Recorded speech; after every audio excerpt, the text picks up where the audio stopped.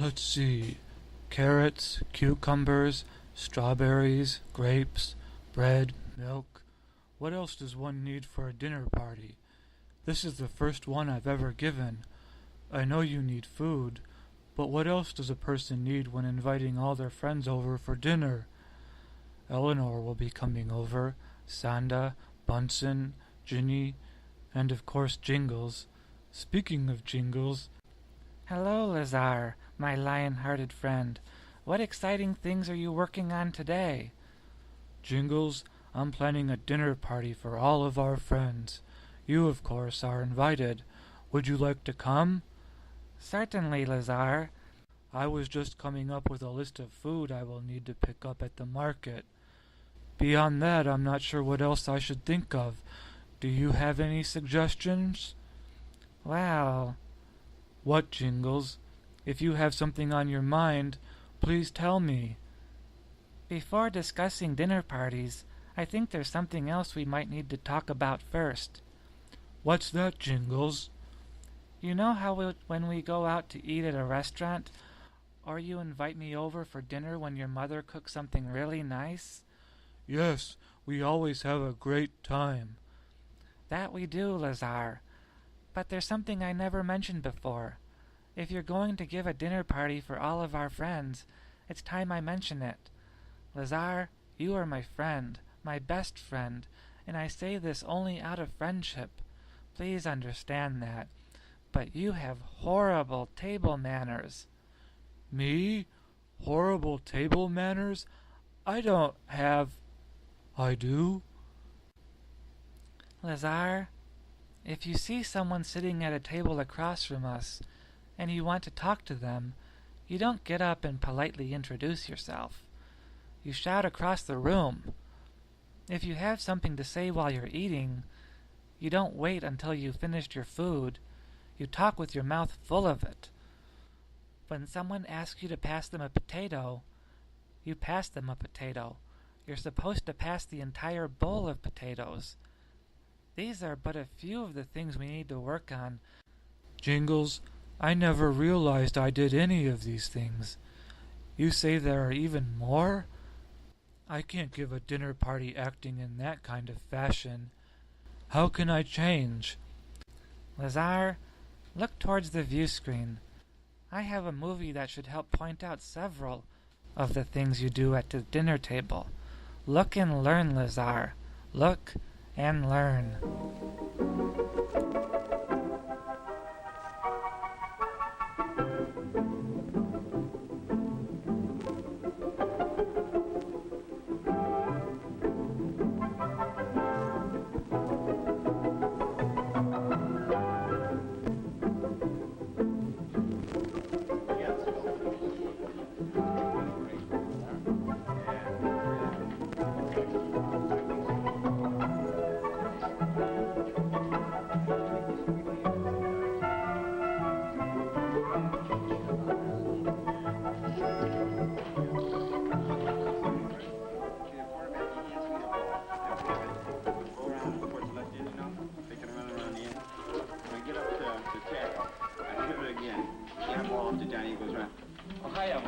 Hi, I'm sorry I'm late, but I ran into Jean here. Oh, Jean, this is Ed Reardon, the Ed I was telling you about. Hello. How do you do? And this is Jack Connors. Jean Bassett from over at Morrisville. How do you do, Jean? Hello. Here, you can sit here. Thank you. Would you like something, a malt or a soda? A malt, I think. A well-mannered group, aren't they? You notice their good manners right away. Good manners make good first impressions. And because your manners are showing all the time, they have a lot to do with how well people like you. We've noticed Jack's manners because, well, they seem easy and natural. course, he does have a special reason for good manners right now. But good manners are comfortable and natural and easy for him now because they're with him all day. All day? Well, let's see. Morning, everybody. Morning, Jack. Morning. Morning, Jack. Hi. Morning, dear. See, a cheerful good morning is a good way to start the day. Good manners will help toward a pleasant, happy day. And home is a good place to practice them.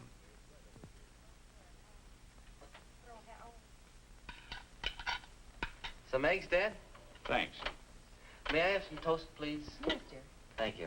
May I? Please? Thank you. These are words of respect. Words that make day-to-day living go smoothly. Oh, Jack, do you think I could borrow that portable radio of yours for the picnic tomorrow? Please? Asking to borrow things politely, not demanding them. All right. And sharing things when you can are more signs of good manners. It's about time to get out the storm windows and check them over. How about tonight, Jack? Gee, I'm sorry, Dad. I have a date tonight. Would tomorrow be all right? Sure. Just make sure. Yes, you don't forget. even when you have to go against another's wishes, you can do it agreeably. On time this morning. Being agreeable, saying and doing things in a pleasant way, that's easy enough. And it does make a difference all day long.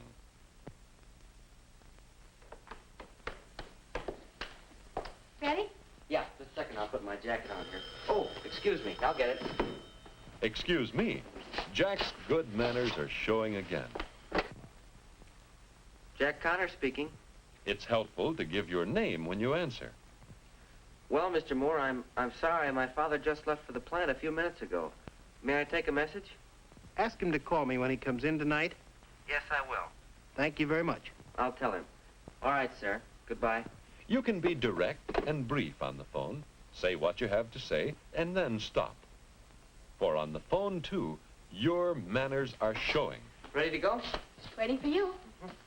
We're going, Mom. Goodbye. Bye. Oh, bye, Jack. Bye, sis. See you after school. Right. When Jack leaves the house with a lady, it's ladies first. Yes, even with his sister. For on the street, as much as at home, your manners are showing.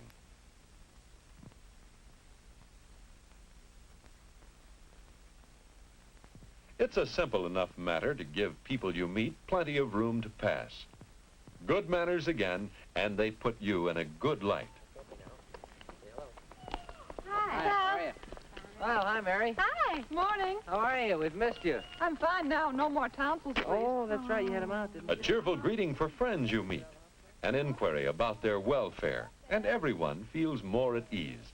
That's what good manners do. They make everyone feel at ease.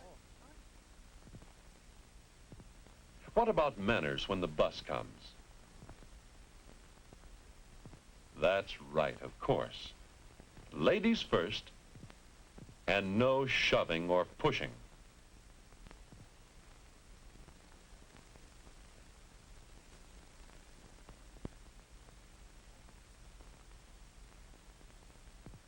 Inside the bus, you can enjoy the ride and let others enjoy it.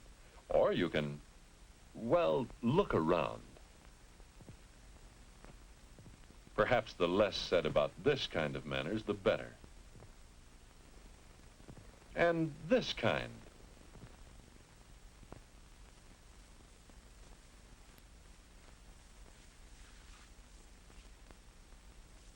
Your manners are showing. And it's good manners that make a good impression.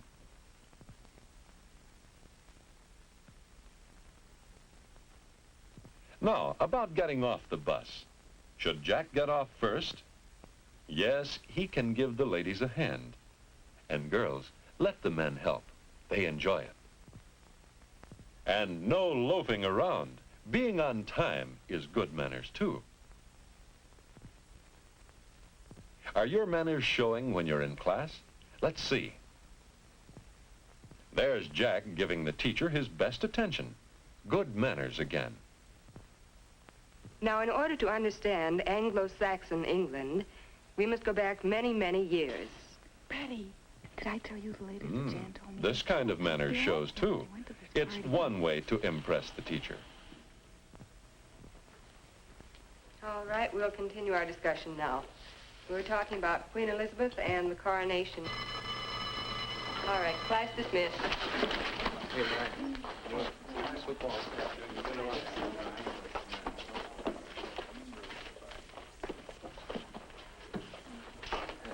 Say, I noticed you're new in class. I'm Jack Connors. Hi, Jack. My name's Fred Johnson. Glad to know you. All right, Fred. See, I thought we might walk around the school here and Introducing yourself to a new classmate is good manners and easy. Jack? Say, have you seen the new school paper? No. Well, here, you can borrow mine. My sister has one I can use. An offer of help, willingness to share, and your good manners help make friends for you. And there's some plays coming up. Walking slowly, keeping to the right. More good manners. Got some nice pictures in there. Oh, I'll get them. Can I give you a hand? No, that's all right. She'll remember good manners, and that makes Jack rate high with her. We never had anything like this at our old school. After school, when it's time for fun, when it's so easy to forget about manners, what about then?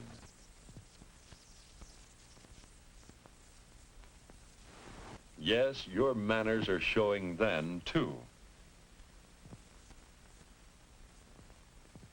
What are good manners when you're driving? Obeying all the traffic laws. Yes, but more than that. You can wait for someone to get across the street, even if you do have the right-of-way. You can drive as quietly as possible. No hanging on the horn or loose mufflers. There are good manners for driving, aren't there? Your manners show in the things you do, in the clothes you wear. Sis, you're not going yet, are you? Pretty soon, Jack. Larry's due any minute now. Well, here's the portable you... Pardon me, sis, but you aren't... Do you think you should go to a picnic dressed like that? Picnic? Oh, the picnic's tomorrow. Oh, I guess I misunderstood you this morning. I'll put the radio in your room. Thanks. Oh, Jack, I am going to a concert tonight. Do you think I look all right? For a concert? Terrific. Wait a second. Yes, your manners are showing all day long. You may not know it, but all along the way, your manners leave their mark. At home, Jack is so kind and thoughtful. It's nice to have him come to breakfast dressed and cheerful. on the telephone, That message will be delivered. Fine boy, that Jack Connors. Helpful. on the street,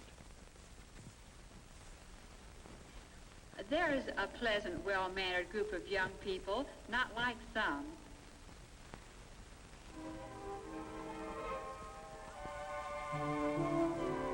everywhere you go, your manners are with you, and they leave their mark. They help you feel sure of yourself, too, and they make an impression on people, on everyone you meet. We could listen in on Jean's thoughts, for example, but, well, you take it from here.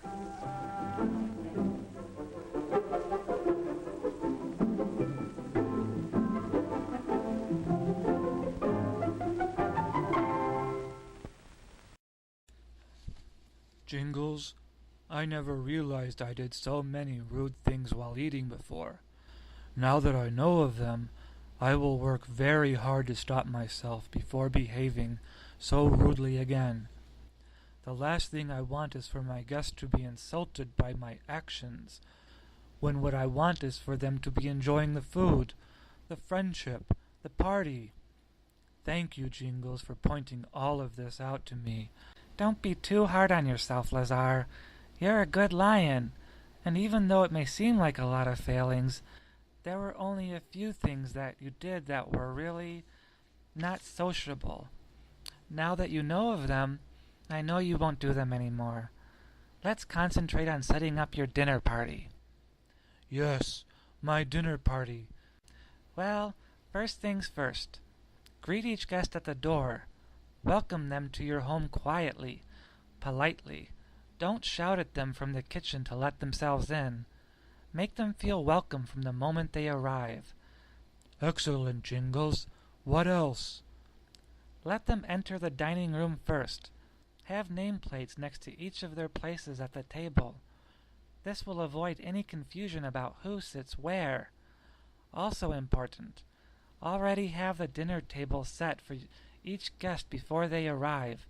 Have a nice display on the table of flowers or something pleasant to look at. If you want music, have it playing softly in the background of the dining room, not too loud, just something pleasant for your guests to hear while they discuss whatever is going on in their lives. I never knew giving a dinner party would require so much work, so much planning. Everyone on TV makes it look so easy. Everything on TV looks easy, Lazar. But as we find out in life, doing it ourselves never is easy. That's why dinner parties are such special occasions. Guests and host alike know how much work goes into them. Well, I'm up to the challenge, Jingles. What else can you tell me that I need to know? I can do more than tell you, Lazar. Once again, look toward the view screen and learn what you need to know about giving a dinner party.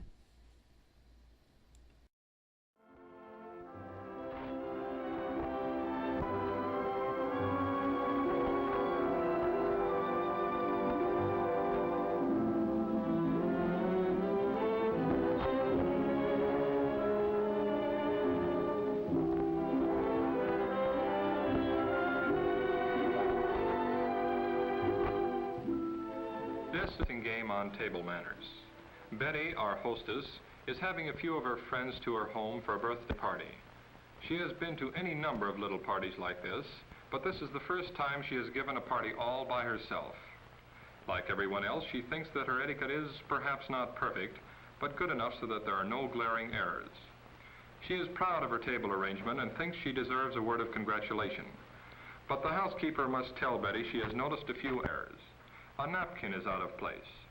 The butter knife belongs on the butter dish, not next to the meat knife. And a water glass. Small matters, but they are important when they show whether or not your habits of etiquette are correct. See if you notice right away when someone is incorrect or is definitely correct. Betty's confidence is shaken a bit, and she has doubts of her correctness. Should she have preceded her guests into the room? Is she directing them to their places properly? Should Betty have used place cards? The young man who is trying, too late, to assist Betty with her chair is Bob. It is his birthday that is being celebrated and his host. He seems to feel at ease and just act as she always does. Notice now what a way of opening his napkin and putting her in his belt. Could that be all right? Bernie and Helen seem quite certain of the way they open their napkins and place them in a half fold in their laps. They seem to be really at ease. But then everyone is more at ease now that the party is really started. The main thing is that they should enjoy each other's company. Betty and Bob aren't worrying about their mistakes for a moment, but in the back of their minds they realize they will have to pay more attention to their manners. They know that the object of correct etiquette is not to make life formal and dull, but to make it fully enjoyable. There are reasons for each act of etiquette, as in a man's assisting a lady with her chair, or the order with which people are.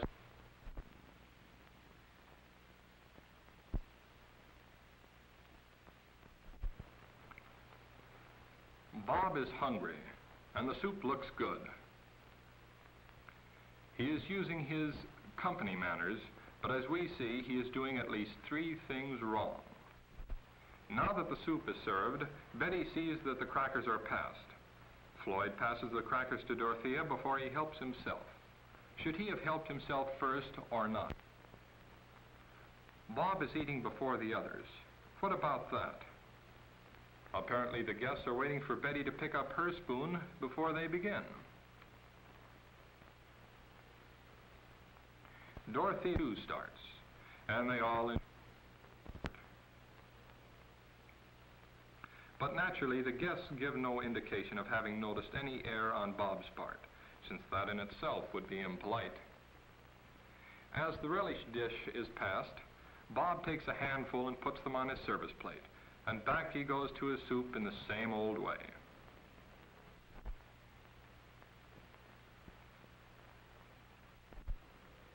Then Bob notices that the others have placed their relish differently and changes them from one plate to the other, knowing there is a reason, but what is it?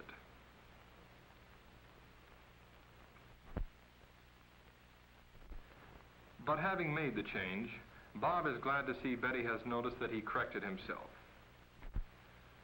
All is well again with the party. No one's enjoyment is being interrupted with any problems for the moment. Betty now is running into some problems of her own, things that she hadn't thought of until now. That elbow on the table isn't one of her problems because she isn't even aware of it, but she is aware of the olive as a problem. Is there a correct way of eating an olive? Shouldn't you just pop it into your mouth and eat it? But then, how do you take out the pit? With your fingers? And when you have the pit, where should you place it? Floyd seems to have confidence in his way, but also too many fingers. Betty thinks she might try Floyd's way. Betty hopes that she doesn't look as awkward as she feels. Now our hostess feels better about the olives, but right away, she sees something else. Dorothy is breaking her celery before taking a bite. It has always been just celery. You ate it in whatever lengths you found it. Is it easier to handle in shorter lengths? And does it look like a smaller bite when you dip it in the salt and then bite off a portion? Bernie and Helen don't seem to be concerned with any problems. Bernie eats a radish and simply enjoys it, and he seems certain of himself. Helen is even tipping her soup plate for a last sup. Can that be correct? Certainly her manners aren't interfering with her enjoyment of the party. As host, Bob is expected to serve the meat course. At home, his father does the serving. It looked perfectly simple, and it is. But if you were in Bob's place, would you know positively what to do? Which serving implement should he use? Should he just go ahead as best he can? Dorothy is looking away so as not to notice. Bob still isn't sure of what to do, but he can't hesitate forever. That amount seems too much. A lady is not flattered by being offered a portion the size that might appeal to a hungry lumberjack.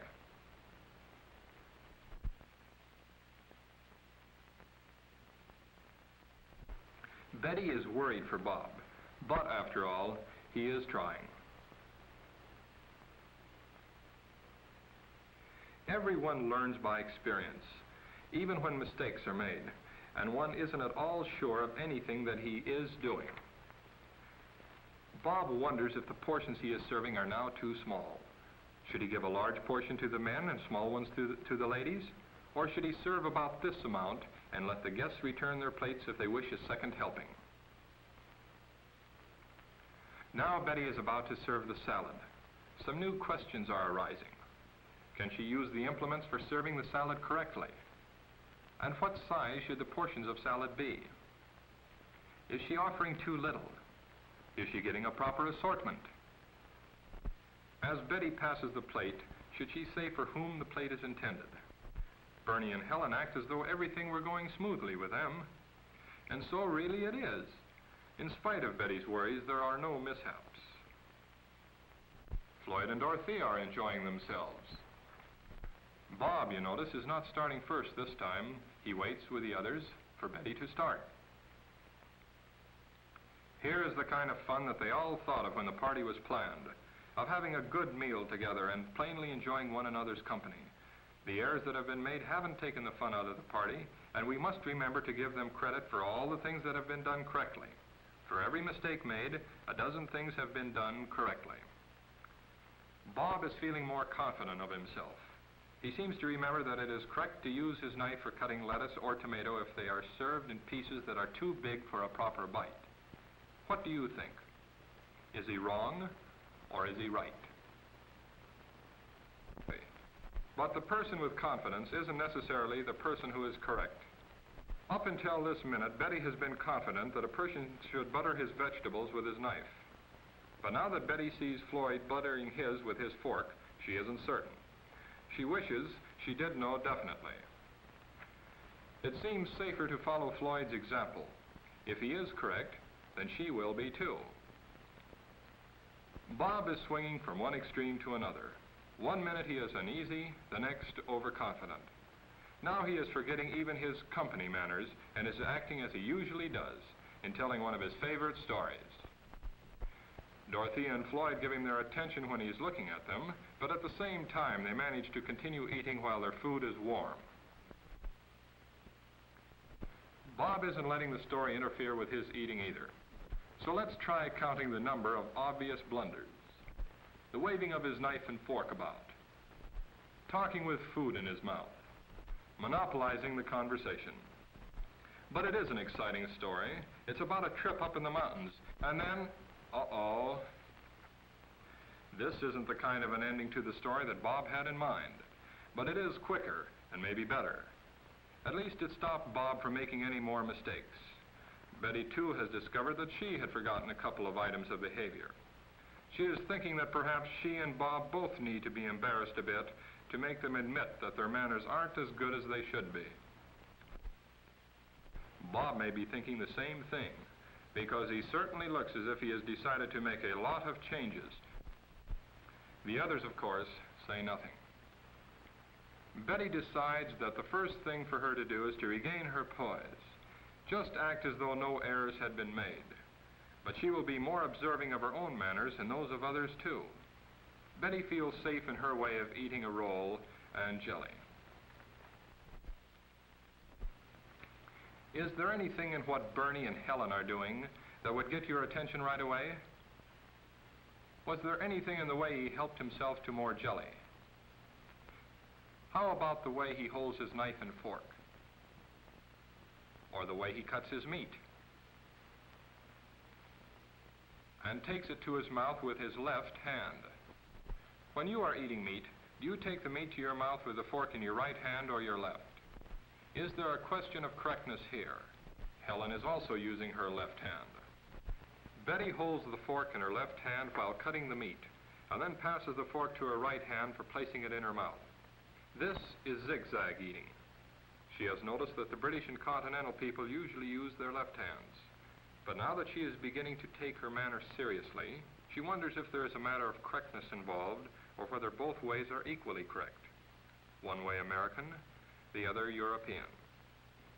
Betty wishes she were as certain of that point as she is of how her knife should be placed. Bob has never heard of zigzag or continental ways of eating meat, but he is on the watch out for such things now. And as soon as he notices what Betty is doing, he is ready to follow her example, whether she is right or wrong.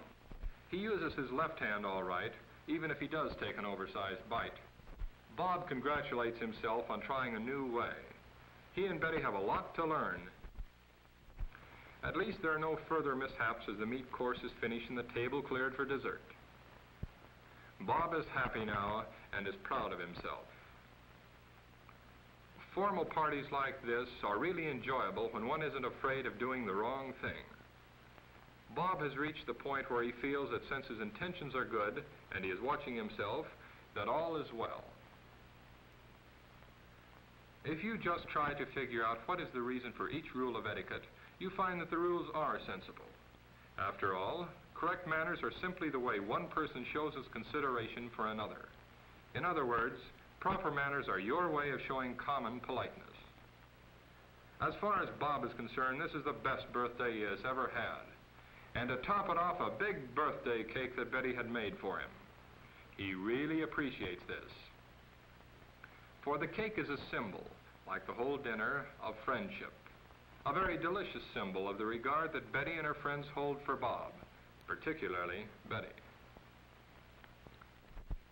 The lighting of the birthday cake with candles is an old custom, and so is the blowing out of the candles. But do you suppose the placing of the candles at the side is a modern touch of avoiding possible germs being blown on the cake? Serving the meat course upset Bob. Apparently serving the cake has its difficulties too.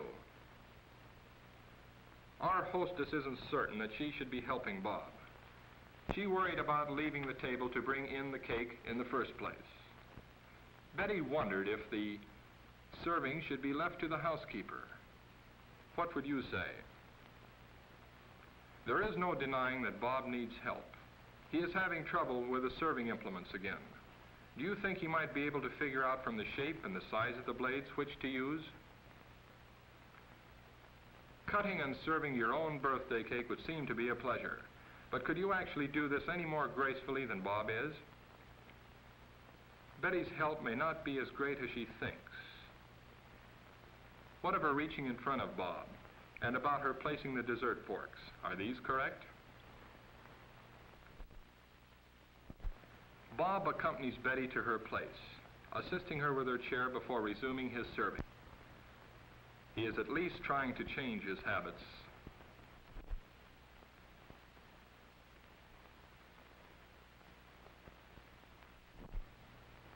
And you notice, he forgot his napkin and sat on it. He is serving smoothly now and is not distracting his friends with his difficulties. They are free again to chat as they wish. And once again, the party is fun. Bob and Betty met more problems than they expected. As we are seeing, people like Betty and Bob, who want to entertain their friends and have good times together, forget that poor manners can really interfere with the fun of the party. There is no fun in being worried, unsure, or ill at ease. It is much simpler in the long run to face your problems, find out what the correct answer is, and then when you act in a way that you know for certain is correct, your mind is perfectly free. Of course, all this isn't accomplished just by wishing. There are still habits that have first to be detected and then broken. This is hard. Then new habits have to be formed. But a little study of etiquette will help greatly, and lessons are all practical. Once you have formed correct habits in your manners, you will find that they give you a sense of confidence. That is a reward in itself. Our party is ending, but let's hope that for you it is, in another sense, just a beginning. As you think of Betty and Bob and their problems, compare your own manners. Don't forget that it is by their manners that polite people the world around show their consideration for one another. A dinner party is just one way of enjoying company of your friends. A good meal, good company, real enjoyment, that's what a dinner party is for.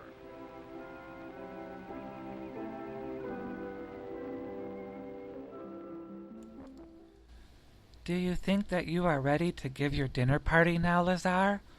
Yes, Jingles, I think I am, thanks to you. I am sure I am ready and able to give a first-class dinner party for you and the rest of our friends. Thank you so much, Jingles. Without all your advice, I would have made a total fool of myself. Rarely in life can a person make it alone, Lazar. That's what friends are for. What are your plans now, Lazar? Well, I have to pick up the food from the grocery store for the party. But first, I have a better idea. I was going to mail the invitations out to our friends, but that seems so informal. I'm going to hand-deliver each invitation to each of our friends. You are a fast learner, Lazar. I'm very proud of you. Jingles, would you like to accompany me while I hand out the invitations? Indeed I would, Lazar. It's a perfect day for a long walk with my best friend.